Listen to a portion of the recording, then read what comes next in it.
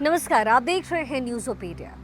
एक ऐसा समय जब हमारी और आपकी उम्र 25 से 30 साल की हो जाए, एक ऐसा समय जहां अधर्म हर तरफ फैला हो, उस समय आएगा कलयुग। कलयुग एक ऐसा समय होगा जो सबसे अलग होगा।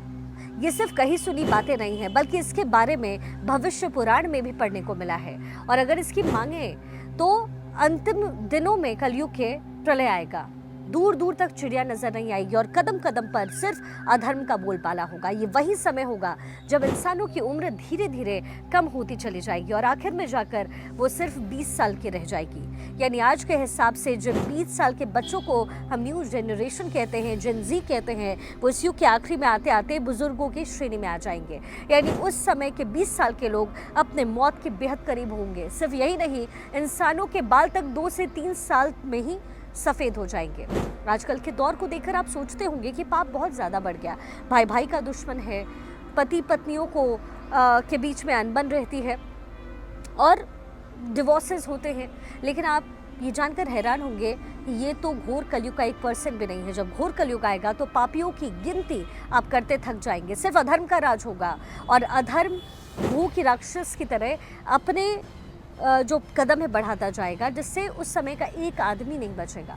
आज के दौर में अलग अलग चीज़ें हम देखने को मिलते हैं, बहुत सारे किस्से सुनते हैं, लेकिन फिर भी हम अपने फैमिली के लिए और कई कपल्स को जो है देखते हैं जो अच्छे एग्जाम्पल सेट करते हैं। लेकिन आप हैरान हो जाएंगे ये जानकर कि एक समय ऐसा आएगा जब ऐसी एक भी औरत नहीं बचेगी जो अपने पति की इज्जत करे। यानी एक तरीके से कह सकते हैं कि जो इस समय हमारी परंपरा है वो टूट जाएगा। विष्णु पुराण में ये तमाम बातें कही गई हैं। ज़रा सोचिए कितना खतरनाक टाइम होगा। भले हम ना रहे, लेकिन कभी ना कभी कोई ना कोई तो वहाँ पर होगा। महाभारत में भी कलयुग के अंत में होने वाले प्रलय का वर्णन किया गया है।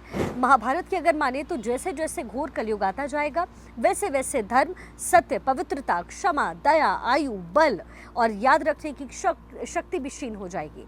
प्रलय यही नहीं रुकेगा। महाभारत में बताया गया है कि जब घोर कलयुग आएगा तब कभी बारिश नहीं होगी। सूर्य का तेज इतना बढ़ेगा कि सातों समंदर और नदियां सूख जाएगी। मौसम में ऐसे बदलाव आएंगे जिसे समझ पाना मुश्किल हो जाएगा।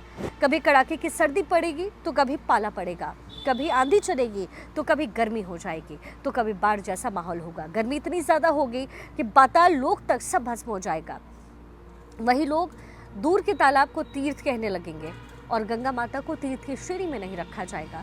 कलयुग में तेजी के साथ लोभ बढ़ेगा, उन्हें ही लोग धर्मात्मा कहने लगेंगे। समय इतना ज़्यादा बदल जाएगा कि शास्त्र और वेदों का पालन कोई नहीं करेगा। सभी धर्मगुरु अपने फायदे के लिए लोगों का इस्तेमाल करेंगे। वो सभी ज्ञान की चर्चा करेंगे, लेकिन उनके आचरण राक्षसी वाले होंगे। कलयुग के अंतिम समय में जमीन के अंदर से अन्न उगना बंद हो जाएगा। लोग पूजा पाठ करना छोड़ देंगे और सभी मनुष्य की तुलना पापियों से होगी। इस भयानक युग में जिसके पास धन नहीं होगा उसे अधर्मी, अपवित्र और किसी काम का नहीं माना जाएगा। वहीं जिसके पास जितना पैसा होगा वो उतना गुणों से पूर्ण होगा।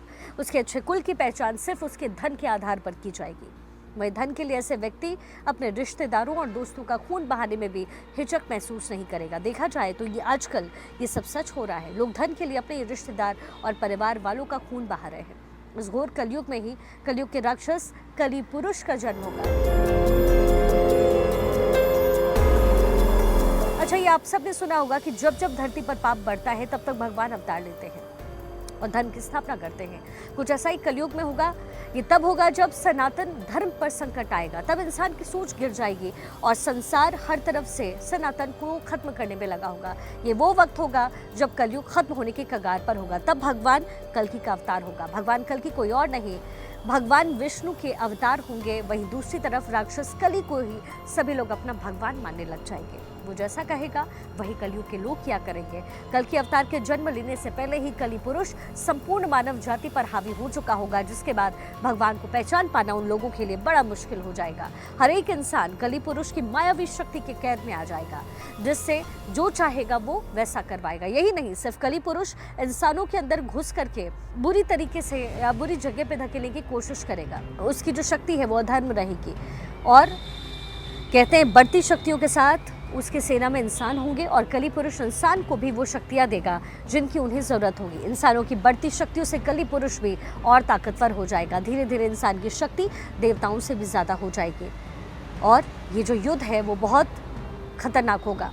ये रामायण और महाभारत से अलग होगा। इस बार पूरी मानव जाति भगवान के खिलाफ होगी, लेकिन हर बार की तरह भगवान इस बार भी कलयुग से अधर्म का नाश कर धर्म की स्थापना करेंगे और सतयुग की शुरुआत करेंगे। जब कलयुग में सभी पापियों का सर्वनाश होगा, तब नया युग यानी सतयुग आएगा। तब कलयुग के असर को पूरी तरीके से खत्म करने के लिए लगातार इस धरती पर 12 साल तक मूसलाधार बारिश होगी, जिससे पूरी धरती जलमग्न हो जाएगी। तब फिर एक साथ 12 सूर्य उदय होंगे और जलमग्न हुई पृथ्वी का जल सोख लेंगे। तब जाकर कहीं संसार में फिर से जीवन यापन संभव होगा। वहीं आपको ये भी बता दें कि वेद व्यास ने सभी युगों में कलयुग को ही सबसे श्रेष्ठ युग कहा। उन्होंने कहा कि सतयुग में 10 साल के बाद किसी व्यक्ति को पुण्य की प्राप्ति होती है, वहीं त्रेता युग और द्वापर युग में 1 साल के तप से ही तब पुण्य प्राप्त होता है, लेकिन कलयुग में इतना ही बड़ा पुण्य मात्र एक दिन के तप से प्राप्त होता है। इस तरीके से व्रत और तप के फल की प्राप्ति के लिए कलयुग ही सबसे श्रेष्ठ समय है। सच्ची भक्ति से इंसान ईश्वर के करीब जा सकता है। कली पुरुष को परास्त करने के लिए चिरंजीवी भगवान जो है साथ देंगे और जो कली पुरुष है उसका साथ इंसान देंगे। कई पुराणों में इसका जिक्र है। भगवान कल्कि के शिष्य रूप के दर्शन के लिए जो द्रोणाचार्य के पुत्र यानी अश्वत्थामा भिक्षु के भेष में आएंगे। भगवान कल्कि के 3 भाई होंगे जो उनके जन्म से पहले ही जन्म ले चुके होंगे। कहते हैं आपको इन सब दिव्य पुरुषों में रुद्र अवतार राम भक्त हनुमान होंगे, जो त्रेता युग से इस धरती पर हैं और कलयुग के अंत तक प्रतीक्षा करेंगे। कलयुग में ऐसा समय भी आएगा जब हनुमान जी को एक बार फिर से भगवान कल्कि के रूप में भगवान राम के दर्शन होंगे और कली पुरुष का नाश करने में वो हिस्सा लेंगे और श्री राम द्वारा दिए गए वचनों का समय खत्म होगा और भगवान शिव का रुद्र अवतार उसमें हनुमान समा जाएंगे। वहीं भगवान विष्णु के 6ठे अवतार जो है वो भी अभी जीवित है। भगवान कल्कि के गुरु परशुराम जी होंगे, जो कहा जाता है कि आज भी महेंद्रगिरी पर्वत पर तपस्या में लीन होकर कल्कि अवतार की प्रतीक्षा कर रहे हैं। भगवान कल्कि की 2 पत्नियां होंगी, पहली लक्ष्मी स्वरूप पद्मा और दूसरी पत्नी वैष्णवी शक्ति रूपा रमा। भगवान राम के अवतार के समय देवी वैष्णवी ने भगवान राम से विवाह करने के लिए तपस्या की और श्री राम ने कलयुग में उनको पत्नी बनाने का वरदान दिया। कल्कि अवतार के 4 पुत्र भी होंगे, चोचे, विजय, मेघवाल और पलाहक। कहते हैं कि भगवान कल्कि का वाहन सफ़ेद रंग का घोड़ा होगा, जिसका नाम देवदत्त होगा।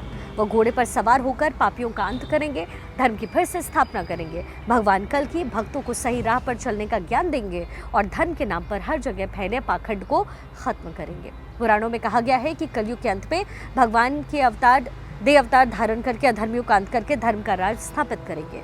अभी कलयुग का अधिक समय बीता है, इसलिए अभी इससे होने में काफ़ी समय है। कल्कि पुराण की माने तो कली पुरुष का पूर्ण अंत नहीं होगा, बस शक्तियाँ खत्म होगी, लेकिन फिर अगले कल्प में वो प्रकट होगा। कली पुरुष का साथ देने वाले मनुष्यों का भी अंत होगा। कलयुग में कल्कि अवतार का पापियों का नाश करने के लिए गणेश जी भी जन्म लेंगे। कलयुग में भगवान विष्णु रक्षकों का वध करने के लिए नहीं आएंगे, उनके साथ गणेश जी का अवतार साथ होगा। जिस तरीके से कल्कि भगवान देवदत्त नाम के घोड़े पर सवार होकर के पाप का नाश करेंगे, उसी तरीके से नीले घोड़े पर सवार होकर के गणेश जी पापियों का नाश करेंगे, जिसके बाद सतयुग की नई शुरुआत होगी। गणेश पुराण में गणेश जी के इस अवतार का पूरी तरीके से वर्णन है। इस पुराण में भगवान शिव ने पार्वती से कहा कि कलयुग के अंत में भगवान गणेश 4 भुजा से युक्त होकर अवतार लेंगे। वहीं जहां भगवान विष्णु अपना 10वां अवतार कल्कि अवतार के रूप में लेंगे और कली पुरुष नाम के राक्षस का नामो निशान इस दुनिया से मिटाएंगे। लेकिन बढ़ते पाप को देखते हुए कलयुग के अंत में सिर्फ एक राक्षस नहीं होगा, जिसकी वजह से दुनिया में सिर्फ अधर्म का राज होगा। कली जैसे असंख्य राक्षस होंगे जो खतरनाक और मायावी होंगे और गणेश जी ऐसे ही एक राक्षस का अंत करेंगे।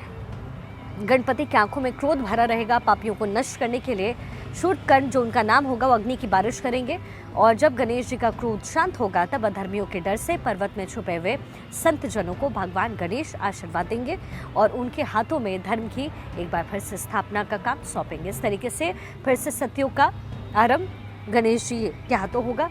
रिद्धि सिद्धि के स्वामी गणेश का जो है ध्रूम वर्ण होगा और ध्रूम केतु के नाम से जाने जाएंगे। ध्रूम केतु के 2 हाथ होंगे, उनके नाम शूर्पकर्ण, ध्रूम वर्ण और ध्रूम केतु होंगे। ध्रूम केतु के शरीर से नीली ज्वालाएं उठेंगी और गजानन के रूप में वो जाने जाएंगे। तो इस तरीके से कलयुग का अंत होगा, ये कहा जाता है।